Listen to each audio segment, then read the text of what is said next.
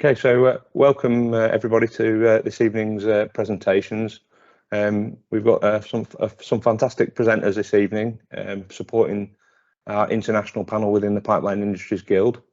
My name's Dan Jefferson. I'm the chair of the Pipeline Industry Guild, and it's with great pleasure to have so many people on the call this evening.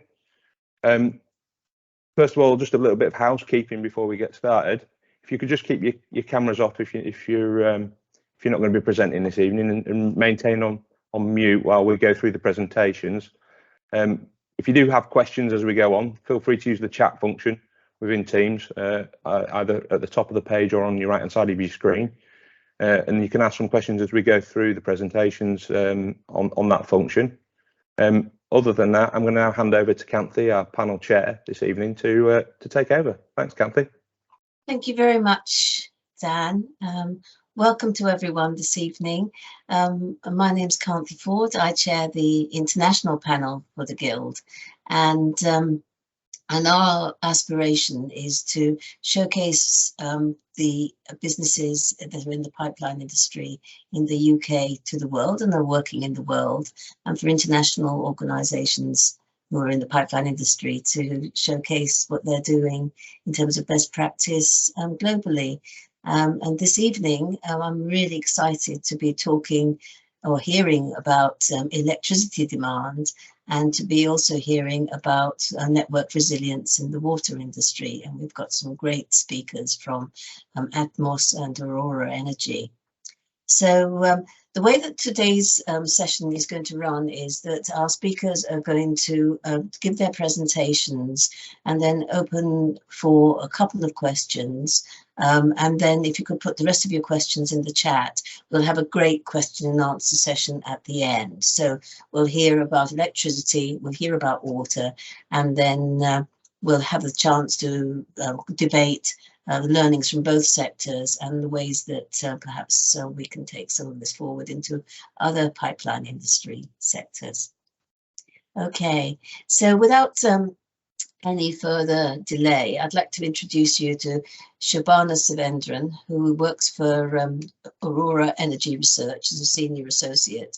Shobana is an energy consultant, and I know that she works with a huge range of clients, looking at various different types of investment funds, energy market strategy and policy, and she's done quite a lot of work in terms of peak electricity demand currently. Well, not currently, most recently.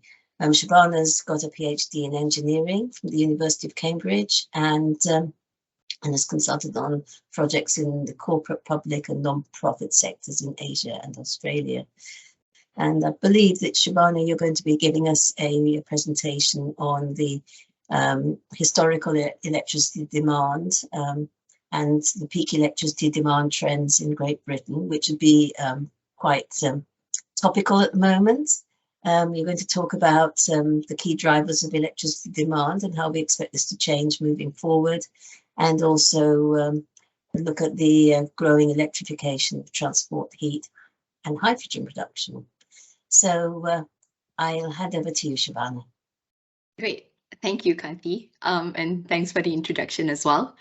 Hi, everyone. My name is Shobana, as Kanthi mentioned, and I work for an energy analytics company here in the UK, based in Oxford, called Aurora Energy Research. So what I'm going to be doing today is sharing a little bit of what we learned from a recent project that I completed, where we looked at different ways of forecasting electricity demand, and more specifically peak electricity demand in Great Britain. Before we get into some of the numbers, I thought it'd be good to first talk about why forecasting electricity demand is important in the context of network resilience. So as we know, the core function of a power grid is to be able to transport electricity from a generation source to a demand point. And in order for this to happen smoothly and without power outages, the grid needs to be designed and maintained in such a way that it is able to provide exactly the amount of electricity demanded at all times. So by better understanding what electricity demand will look like in the future, the grid operators are able to better plan for the upgrading of network infrastructure in order to support any changes in demand before they happen. On top of that, grid operators are also able to better plan to ensure that we have enough generation capacity at all times to meet the maximum electricity demanded at any point in time, which we know peaks in certain parts of the year.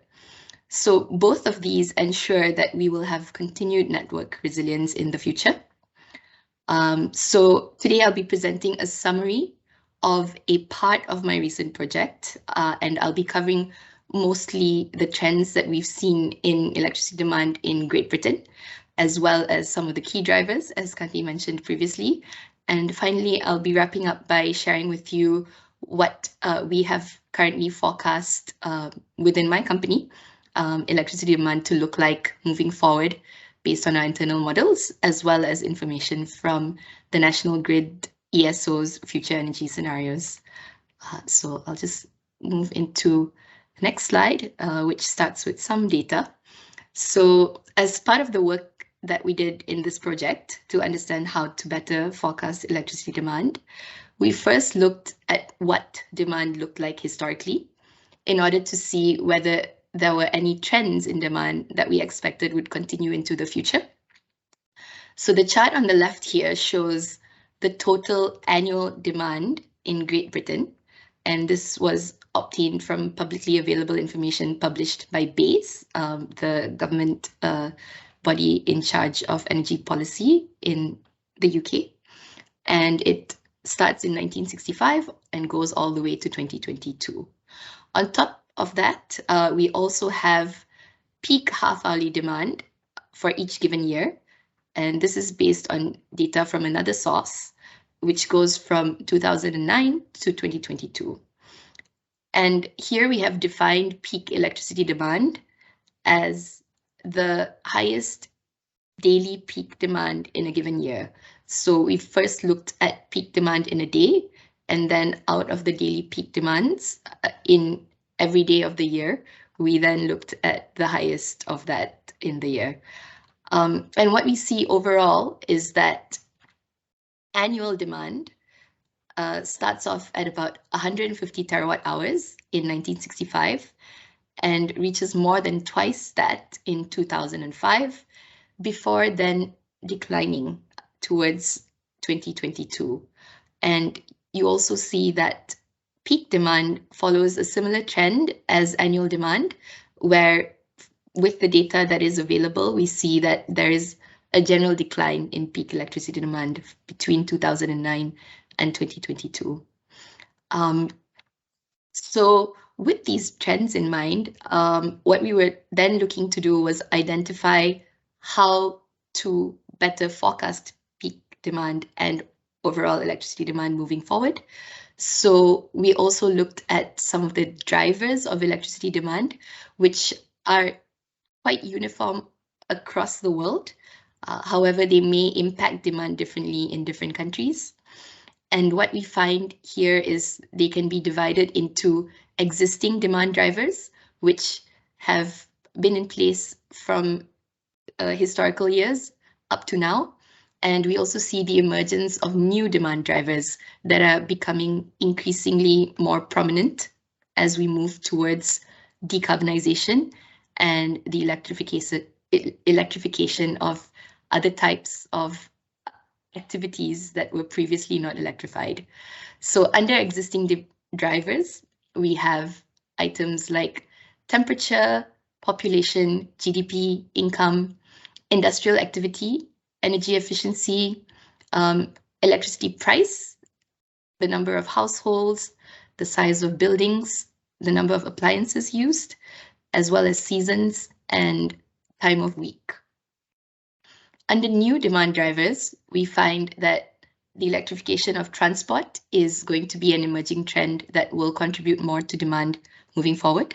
So this would come from battery electric vehicles. We then also expect there to be more demand from the electrification of heat that will come from heat pumps and other types of electrified heat. We also expect that with the increased rollout of hydrogen electrolyzers, which happens more beyond 2030. There will also be increasing electricity demand for the production of hydrogen through electrolyzation. And then we have other types of demand that come from demand side management, where with smart technologies, you would be able to better manage not just supply, but also demand, and therefore better manage grid stability, as well as behind the meter generation. So behind the meter generation is where we have more and more generation assets that are located, that are not connected to the grid and not metered. And this could be in the form of solar panels on a particular house, for example. And as we see a greater rollout of that, we expect peak demand to also be affected. So now we've had a macro look at what demand trends look like, as well as what could be driving demand historically, as well as moving forward.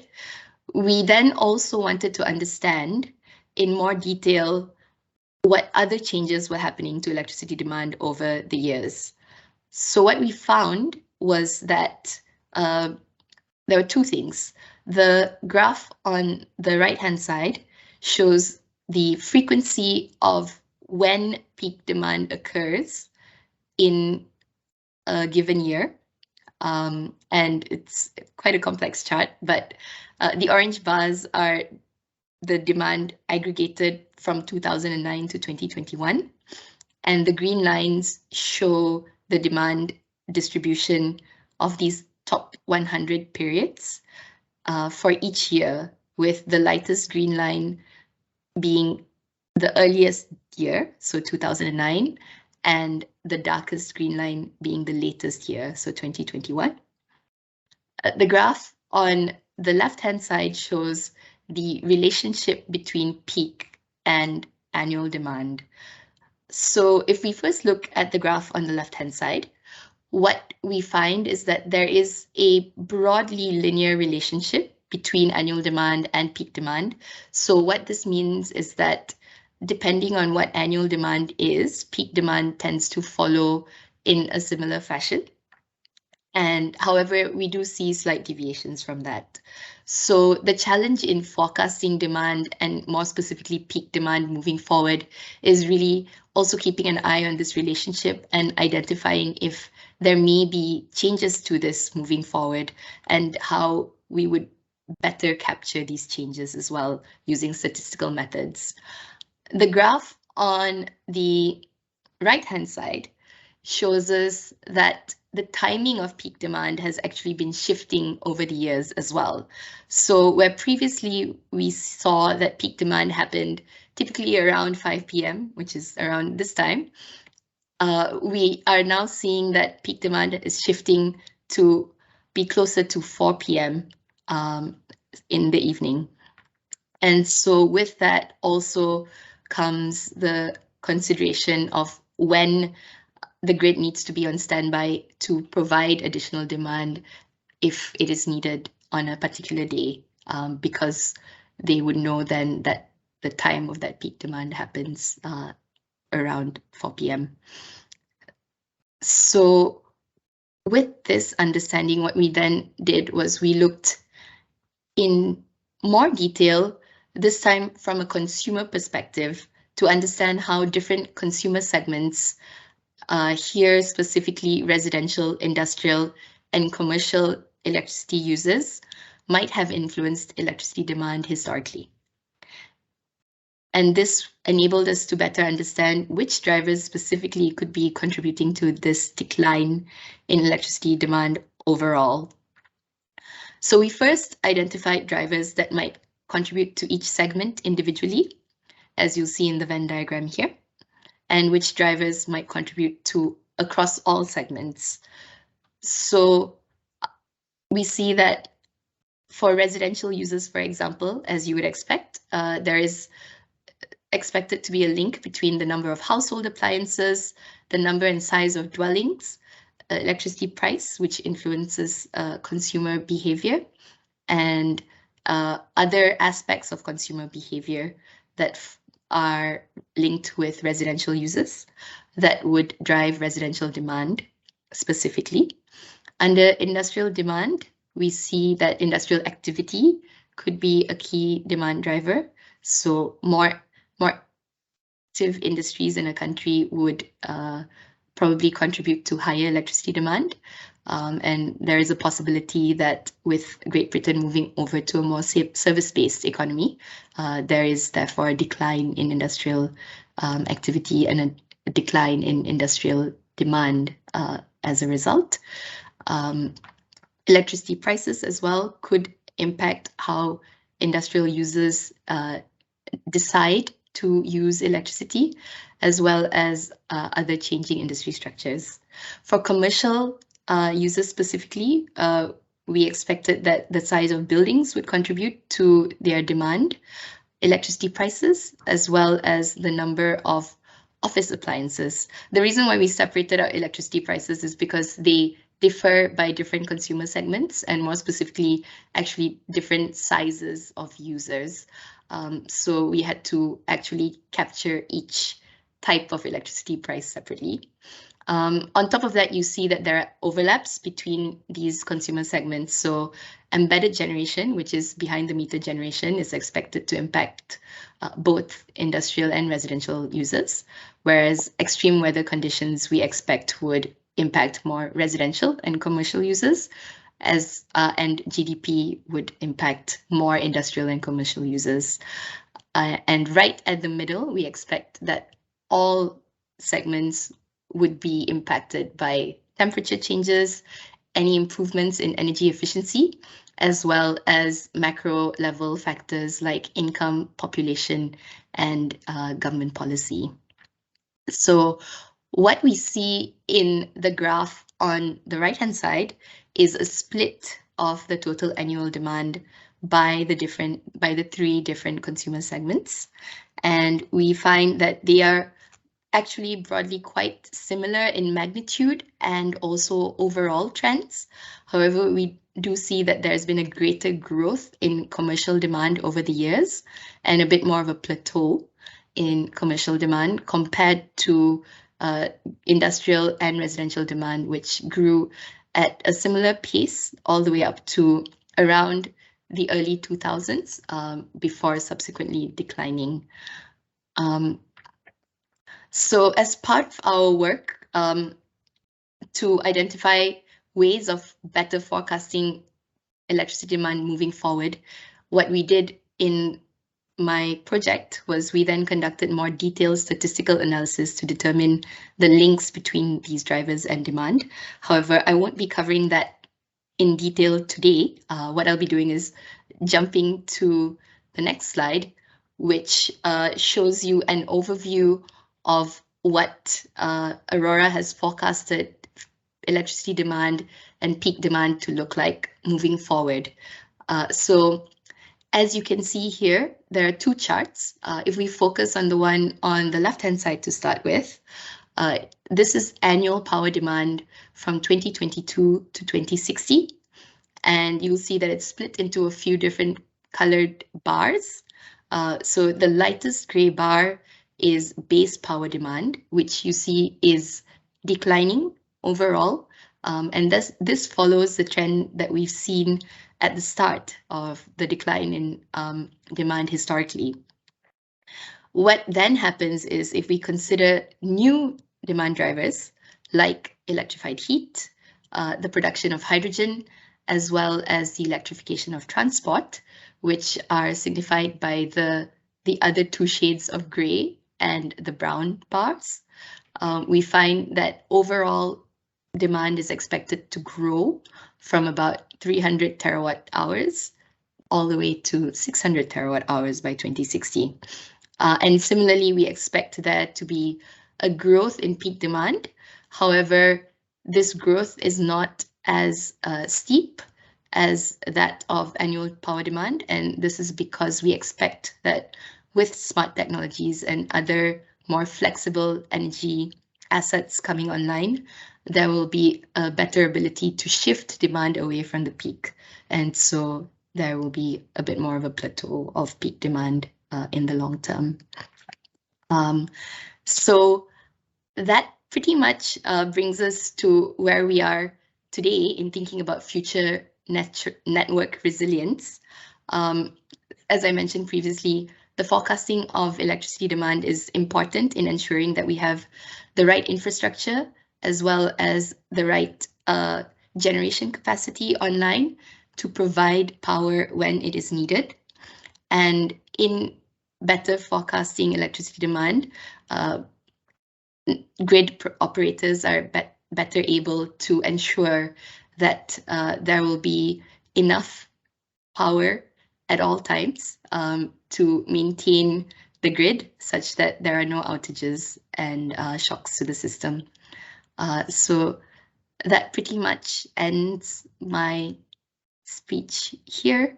And I'm happy to take a few questions before we move on to the next speaker.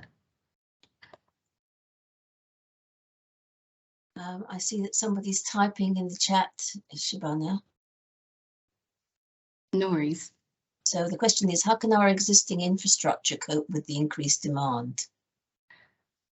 So currently what we find, and I would speak more for GB than other countries, just because this is the area that I have focused a lot of my work on. We find that there are increasing constraints on the electricity network because of the location of where generation happens and where demand sources are. And so we expect that this trend in congestion will continue moving forward if nothing is done to alleviate it. However, we also know that in Great Britain, there are plans to expand the network, to upgrade the network infrastructure such that it is able to handle larger amounts of power at any given time, and also to manage the congestion, which we see typically happens between the south and the north, because most of the generation in Great Britain is located in Scotland, especially when it comes to renewable generation, like offshore wind and onshore wind.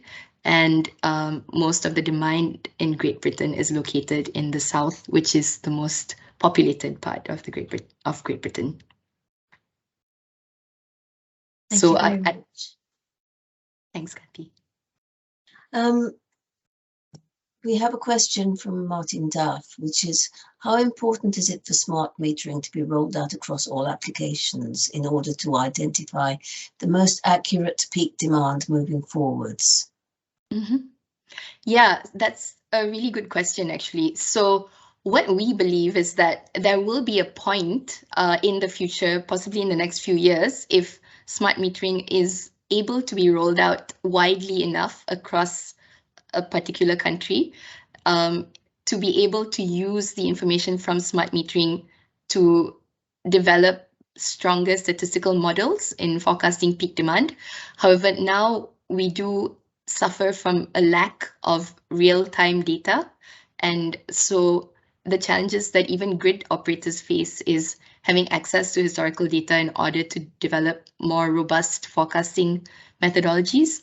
And so from our research, we found that it was actually equally hard to get our hands on enough historical data, and also historical data at a granularity that was useful for statistical analysis, which then prevented us from developing more detailed models of future electricity demand. So yeah, so the short answer is it would be extremely important for smart metering to be rolled out if we want to get better at forecasting peak demand. In terms of the second part of your question, how can renewables reliably help to fulfill some of the peak demand? So renewables are typically quite unpredictable. And as you'll have seen towards the end of last year, we had periods of very low wind, which resulted in big spikes in the wholesale power prices. And that was completely unexpected. And that was before the Russian crisis that then caused electricity prices to go up for a different reason. So I would expect that there would still be a certain level of unreliability to the provision of renewable energy in meeting peak demand. However, I do believe that as we have more renewable generation capacity online overall, and we have pretty ambitious targets in Great Britain for that. So possibly over the next 10, 15 or so years, there will be enough renewable generation online such that even though they contribute so little as a percentage to providing peak demand, as an absolute figure, they would be able to support more and more of peak demand moving forward. Thank you very much. Thank you, Shobana. Thank you so much. I'm now going to ask our next speakers, and I would ask everybody, if you've got any questions further for Shobana, that you will put them in the chat and we'll pick them up at the end of this presentation. So now I'm going to hand you over to Atmos International, and I'm going to hand you over to Harry Smith, who's being supported by Martin Dove.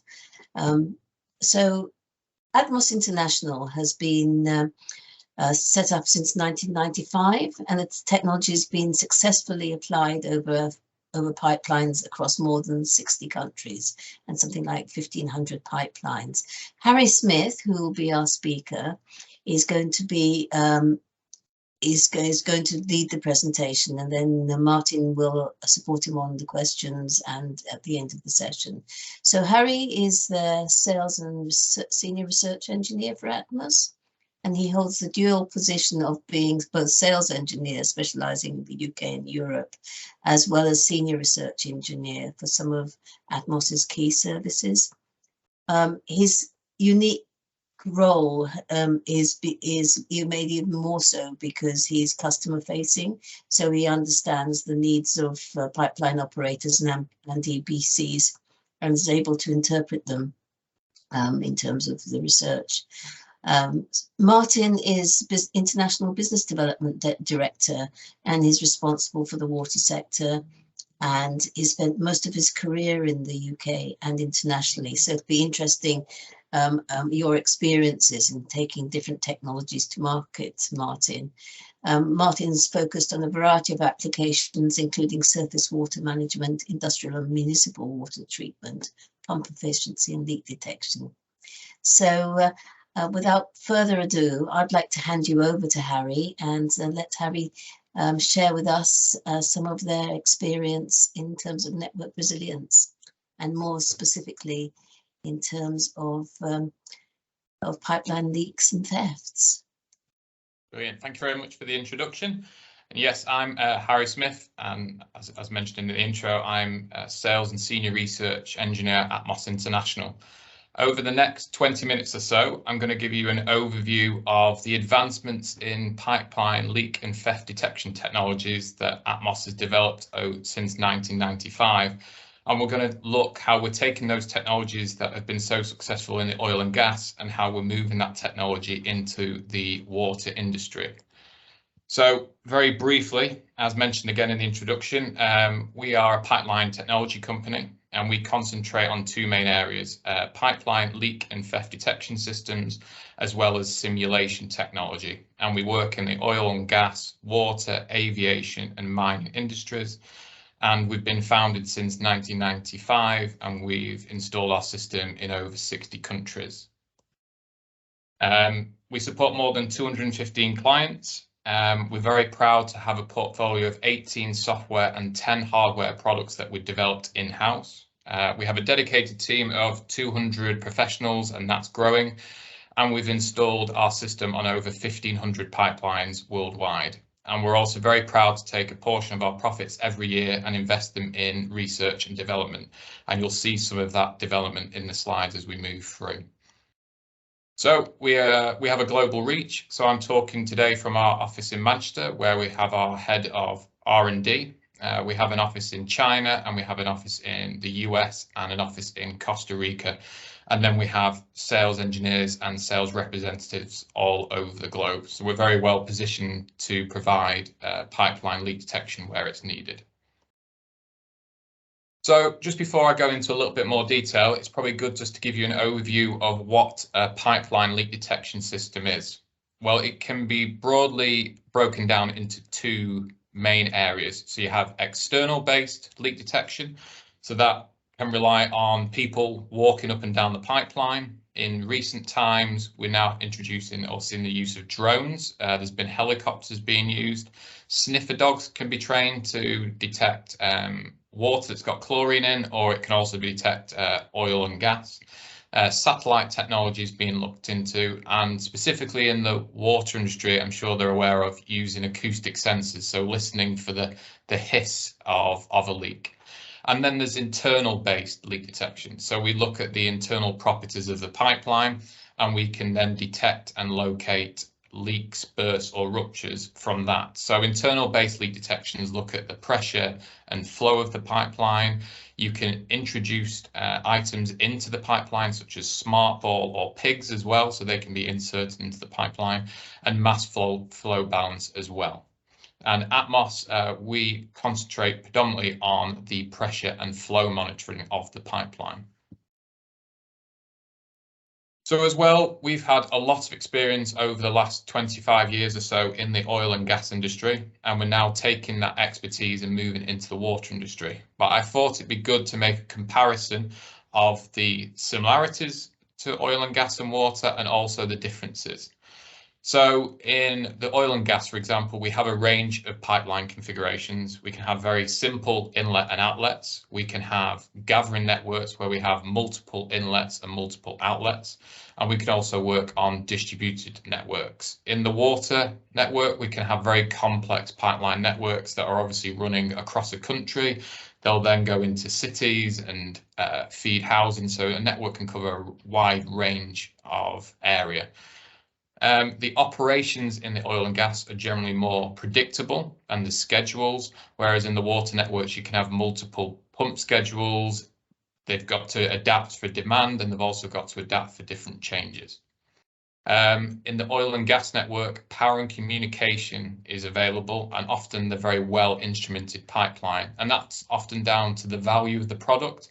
And also a lot of countries have very strict regulations. You can't really have any leaks present on an oil and gas pipeline. So that means they often invest in the technology they need to provide leak detection. Power and communication availability is lower in the water networks, and this often, is because of the age of some of these networks, that when some of these water pipelines were put in, that power and communication might not have been available or thought about. The value of water is often lower. As we know, it's a basic human function. We need to keep that price as low as possible so that everyone can utilize it. And also, as we've heard in the news recently as well, that we're trying to reduce the leaks on water networks, but we know they are present. So this just gives you a general overview of the differences between oil and gas and water network. But what's crucial for when we're deploying a leak detection system, not just to the water sector, but to the oil and gas as well? Well, the system needs to be highly sensitive. So we need to be able to detect a range of different leaks, from very small leaks to also from very big bursts. We need to be able to provide an accurate leak location. So the better the accuracy of the leak location, the less downtime it takes to find the leak. You reduce the environmental impact, and also you can repair the leak, so there's less downtime on the pipeline. The system needs to be quick to alarm. A very important feature is it needs to be easy to retrofit. So this system and hardware needs to be able to be deployed onto a number of pipelines. You don't want any false alarms. So what that means is when an alarm is generated by the system, you want it to be a genuine event that the operators can trust, and then they can start their procedure out. You also want it to be easy to maintain and easy to understand with the information that it's presenting. So at Atmos International, we've developed a range of hardware and software to detect leaks on pipelines. And one of these products is what we call the Atmos Waveflow. Now, this combines 4 leak detection techniques, and I'll cover them one by one. So the first one is the negative pressure wave. When a leak occurs on a pipeline, it generates a negative pressure wave within the pipeline, and this will propagate in both directions, up and down the pipeline. If you have pressure sensors, in certain locations on the pipeline, you can detect this change and provide a leak location based on that. Now, the negative pressure wave is very quick to alarm. It's very good at detecting sudden leaks or bursts, and it can provide a very accurate leak location, but it's an onset detection method. So this is why we combine it with an intelligent flow balance. So this is taking the available flow data, or we'll install flow meters on a pipeline, and then we measure what flows in the pipeline should flow out. And if it doesn't, then we can look to see if any new leaks have formed or if there's any existing leaks on the pipeline.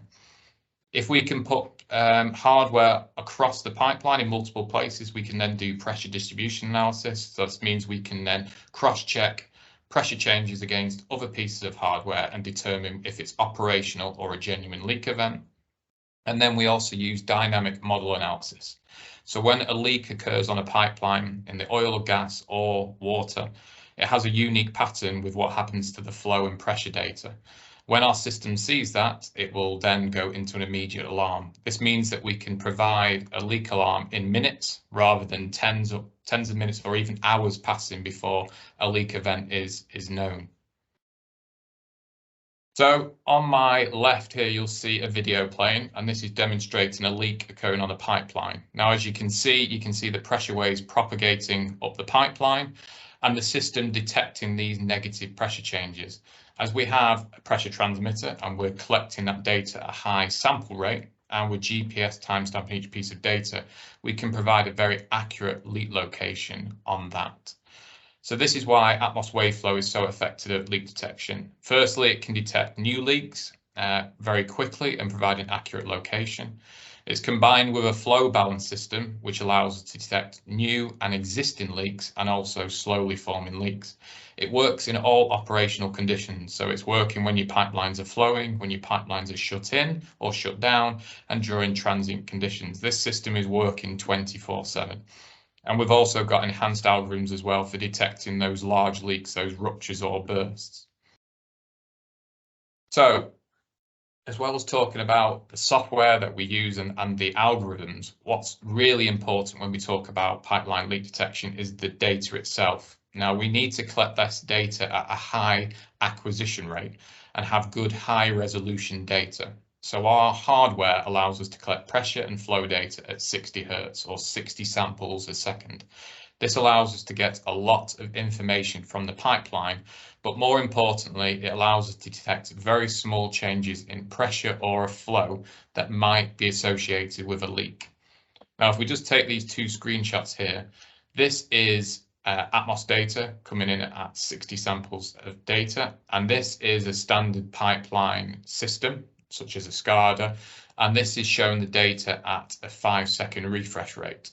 Now, what we can see here is that they're both showing the leak, but on the left, it's very difficult to understand exactly what's happening on the pipeline, where we can clearly see on the data collected by the Atmos system that there has been a genuine leak event. So this is why it's so important to combine your software with the right hardware and the right data resolution. So what you're looking at here is actual pipeline thefts. So in the oil industry, actually, and it's now a global problem, and with the high fuel prices that we're all seeing around the world, it's actually increasing this problem. So people will go and target oil pipelines around the world. They'll install tapping points like this, and they'll attempt to steal the refined product inside the pipeline. So they're looking to try and steal diesel, petrol, or even jet fuel. But why am I showing you these pictures when we're talking about the advancements of leak detection in the water industry? Well, these types of theft events in a pipeline, they have a very small drill hole. Obviously, the thieves are trying to do everything they can to hide their activity. So this is very important. So our algorithms have been updated to be able to detect these very small changes in pressure and provide a very accurate leak location. So this is very good for the water industry, enabling to detect your small existing leaks, or even your small new leaks that may form. And you might be surprised to hear, but these tapping points that we've got on screen here are actually from the Europe and the UK. So over the last few years, we've actually seen pipeline theft come and be targeted in the United Kingdom and across Europe. And it's all driven by the high fuel prices. So I'm sure over the next few years, we'll see this continue. But as I said, the main reason I'm showing you these is that we've taken our experience in theft detection and we're moving that to be able to detect your small leaks in the water industry. So as well as the importance of software, it's really important to provide the right hardware and to be able to install that in the right locations. We have several challenges that a lot of pipeline networks face, is that some of the pipelines might not be well instrumented, they might lack communication or power, you might not have housing available, and you might just need to be able to put instrumentation in certain places to improve your system. So one of the new developments that we've done for Atmos is what we call the Eclipse Unit. This is a completely non-intrusive solution that clamps on the pipeline itself and allows us to collect non-intrusive flow, pressure and temperature from one device. So if we can install 2 of these devices, for example, let's say we have a 20-kilometer pipeline. If we install one of these Eclipse units at the inlet and outlet of that pipeline, we can then provide a pipeline leak detection system. It's collecting at that high acquisition rate that's so important, it's 60 samples a second. It's GPS timestamping each piece of data for the accurate leak location.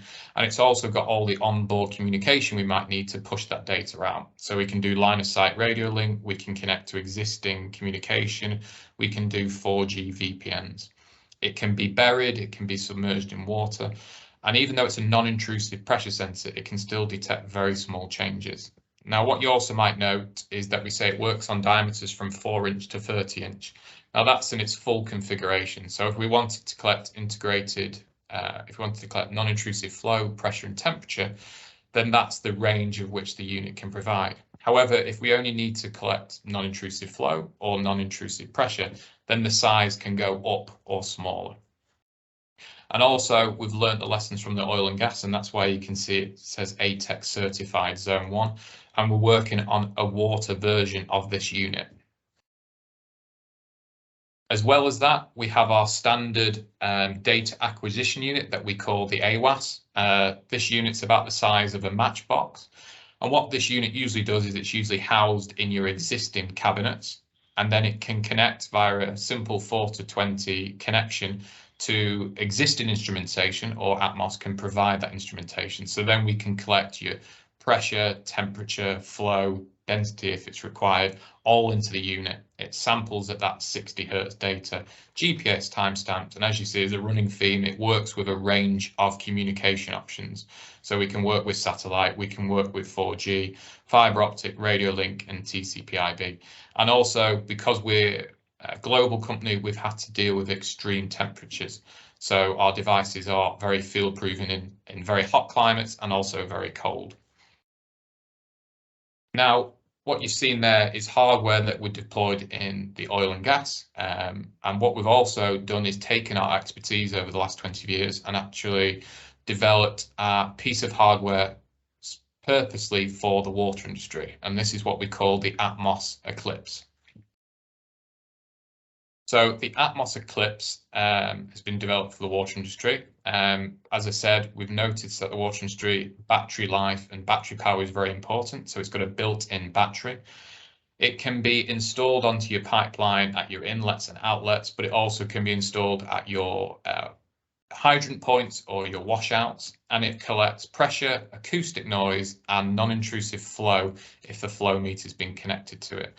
It utilizes the field-proven Atmos Wave algorithms. It's easy to install, fits inside standard meter boxes. It provides reliable leak location accuracy. It can also be used in an online and offline mode. So what we mean is we can deploy these Aquariuses to provide 24/7 monitoring, but they can also be used for sensitivity studies. So we can deploy them in an offline mode, and then they can store data for a long period of time, and then we can do an assessment on the level of performance we can provide on a pipeline. It's collecting that data at 60 Hertz, which is so important for your sensitivity and leak location accuracy. And what the device is also doing, as well as looking for new leaks forming, it's also going to perform data correlation at specific intervals, generally when the water pipeline will be quieter, to look for any existing leaks on the pipeline. It can also be used for air valve analysis, so it can be used to confirm if your air valves are working and also locate them. And also an advantage of it is that we can do long distance acoustic noise correlation. So it means that if you have limited locations to put hardware, then we can still provide some form of leak detection because we can get noise correlation over a long distance, and we can also get the negative pressure wave traveling over a large distance. So as you can see, the picture on the right is just showing you the Aquarius unit in a standard meter box. And as I said, this is a device that we are testing and developing, and we're moving forward with 4G and radio link communication with it. And one of the big things that we're pushing is edge processing within the device. So as I talked to you about it, one of the main difficulties with providing leak detection, not just in the oil and gas, but in the water, is often communication and power. So as you've seen on the previous slide, it's going to be a battery powered device. But what we're also going to do is we're going to get the device to do most of the processing internally. So the device itself is going to look for those changes in pressure and flow associated with a new or existing leak. This means that we're not so reliant on 4G coverage or the demand to send data out all the time. So once the device has seen something that it believes is suspicious, it will then zip up the data and then send it across. This means we're reducing the data demand required.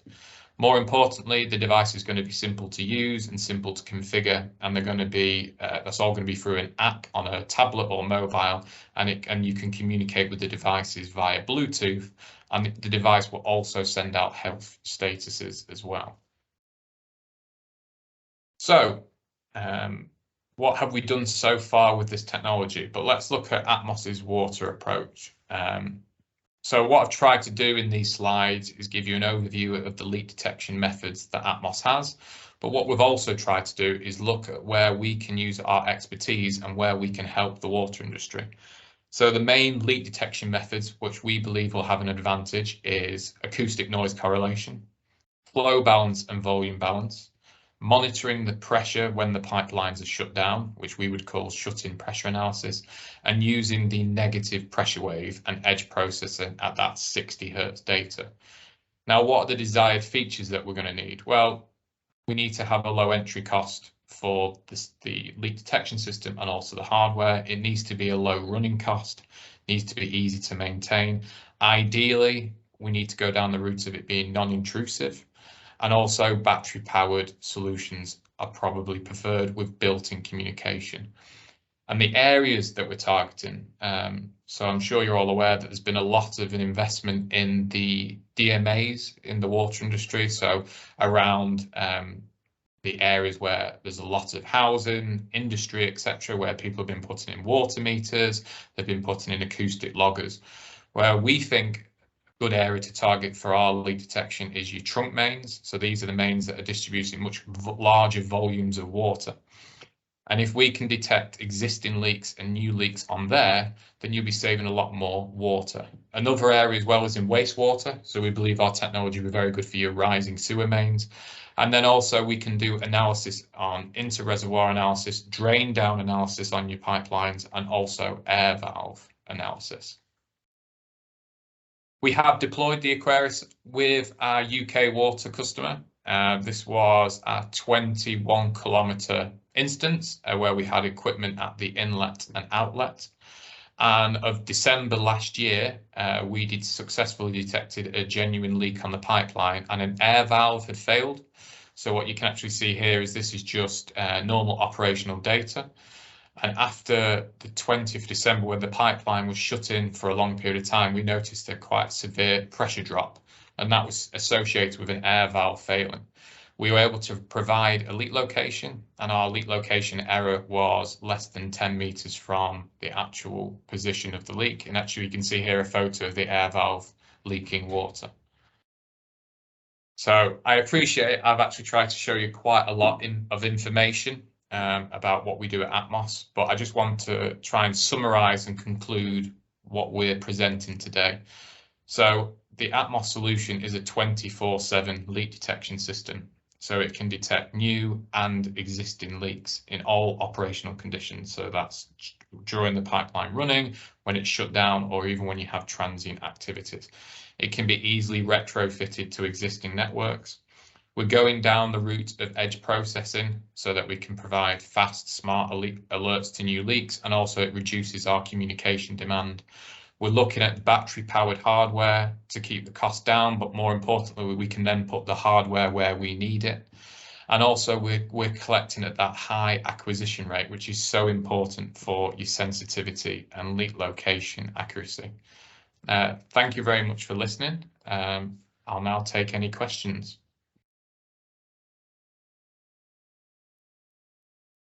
There's a question in the chat that asks, how is it possible to overcome the additional data transportation and storage costs associated with needing more instrumentation in water networks? So as I said, so this is one of the things we realize. So the advantage that the Aquarius has is that because it's going to be doing its processing internally, we don't need to send the data, for example, every second or every minute. The device is going to be doing the processing internally, and when it detects what it believes is a leak, it will then push that data. That data is then going to be analysed in a data portal, and then only when we believe it's a genuine event will it be pushed to the operators to deal with. So that's a way of getting around high communication costs, and also where you have areas where communication might be intermittent. Thank you. I'm glad that you talked about the gas, taking lessons from the gas market, because as you know, with the international panel, what we're trying to do is take the best lessons learned from different markets and try and understand, how internationally we can take those to different types of application. So this next question certainly lends itself to that aspiration, which is to get your take on how mature the water leakage detection market is compared to oil and gas. Yeah, hi. I think I'll take that one, Harry. I think it's fair to say both markets are pretty mature, but in different ways. As we mentioned earlier on in the presentation, in the oil and gas industry, no leakage is acceptable due to the nature of the product that the pipeline is carrying, whereas in water, specifically clean water, leakage is an allowable practice. In the UK, the UK water utilities have been tasked with reducing leakage since 1997. We've obviously got a route map that says we're going to reduce leakage by 50% by 2050. So there's been a lot of activity that's been undertaken over the years in the water sector, but it's not always been as technology driven as you would see in oil and gas. That's changed in the last 5 to 10 years. A lot more investment has gone in to the water sector from a technology perspective, and Harry mentioned earlier there's a lot of activity in the DMAs, in the district metered areas, typically because 90% or so of a water company's network is located in the DMA, but it's all small diameter complex pipe work. So there's been a lot of investment there, but we're sort of understanding that the challenges in the water sector are quite different to oil and gas. Take rising mains as an example. A rising main burst can lead to a pollution incident, which obviously carries not only damage to the environment but a hefty fine to the water utility. You have internal sewer flooding events, external sewer flooding events, all associated with burst pipes in the wastewater network. The clean water network, trunk mains, you have a burst there that could lead to a major water supply interruption for quite a large area downstream in the DMAs. So the causes and consequences are quite different between oil and gas and water. Water networks are traditionally older. They've attracted lesser investment over the years. They're typically buried underground. They're harder to access. And I suppose the way the regulations are going, there's a lot more emphasis now being placed on the customer, on the end user, and it's all about protecting and improving the service that they pay for.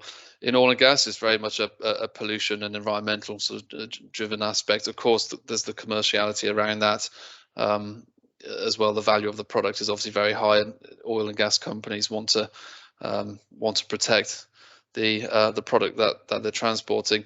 But so different drivers for both sides, but I would say that they're both pretty mature industries, but lessons can be learnt on both sides and carried across into the other one. Thank you. Another question, which really is around the technology and what absolutely differentiates it from what is being currently used in the water sector.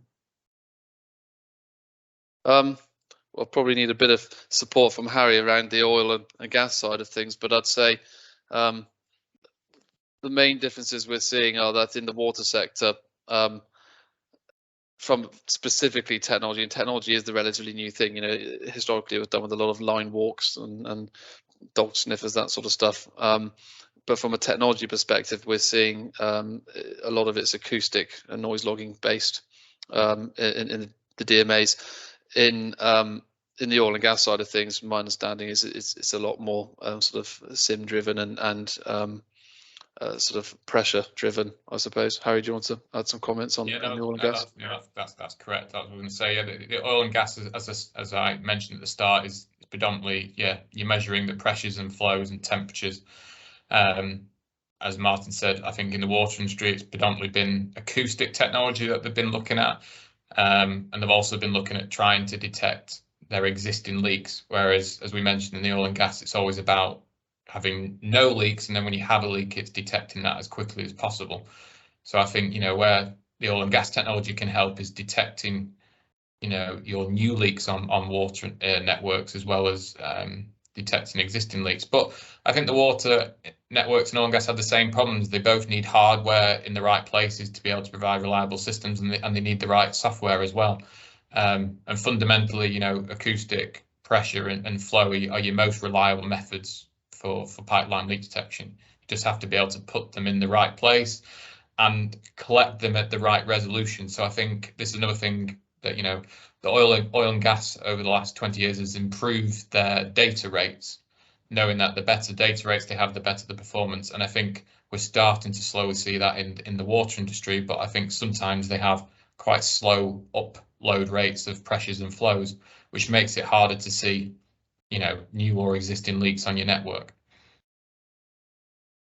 That's really interesting. Now you're being asked about the weakness or weaknesses in leak detection systems. What are the main weaknesses in leak detection systems? I'd say from a sort of at a higher level, the main weakness of any sort of leak detection system really is to do with understanding the location accuracy and actually getting an accurate location for a leak.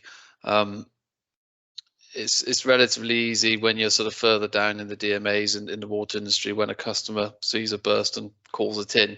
But more recently, you know, with the focus now on active leakage control, where water utilities are proactively looking for leaks before customers spot them, I'd say that probably the weaknesses there are in identifying an accurate location for the leak, and also validating and confirming the leak. You know, that there historically have been, you know, the confidence levels around whether something is a leak or not can sometimes be low, and as with most other instrumentation in the sort of, well, in any sector really, if it's not collecting accurate data, your outputs aren't going to be accurate either. And, you know, been to many a treatment works on water sites with alarms constantly going off, and the operators just ignore them, and they don't have faith in the system that they're supposed to be using. So for us, that's a real area that we want to focus on,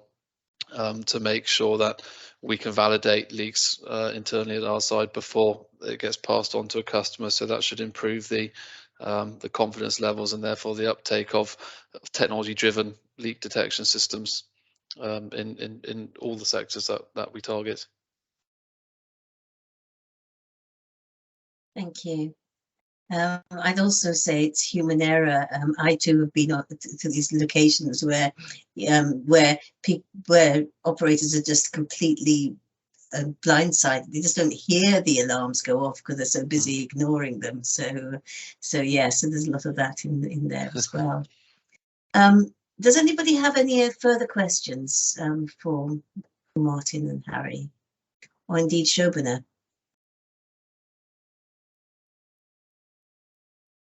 It looks like not. So I'd like to thank all three of you. So Shobana from Aurora Energy Research, Martin and Harry from Atmos for supporting us this evening for a great, really interesting presentation. And I'm hoping that I'll be able to hand back to Dan so he can tell us a little bit about what the Pipeline Industry Guild's got planned next. But you know, some of the presentations that you've just given have I've got lots of questions which I will come back to you privately if that's okay.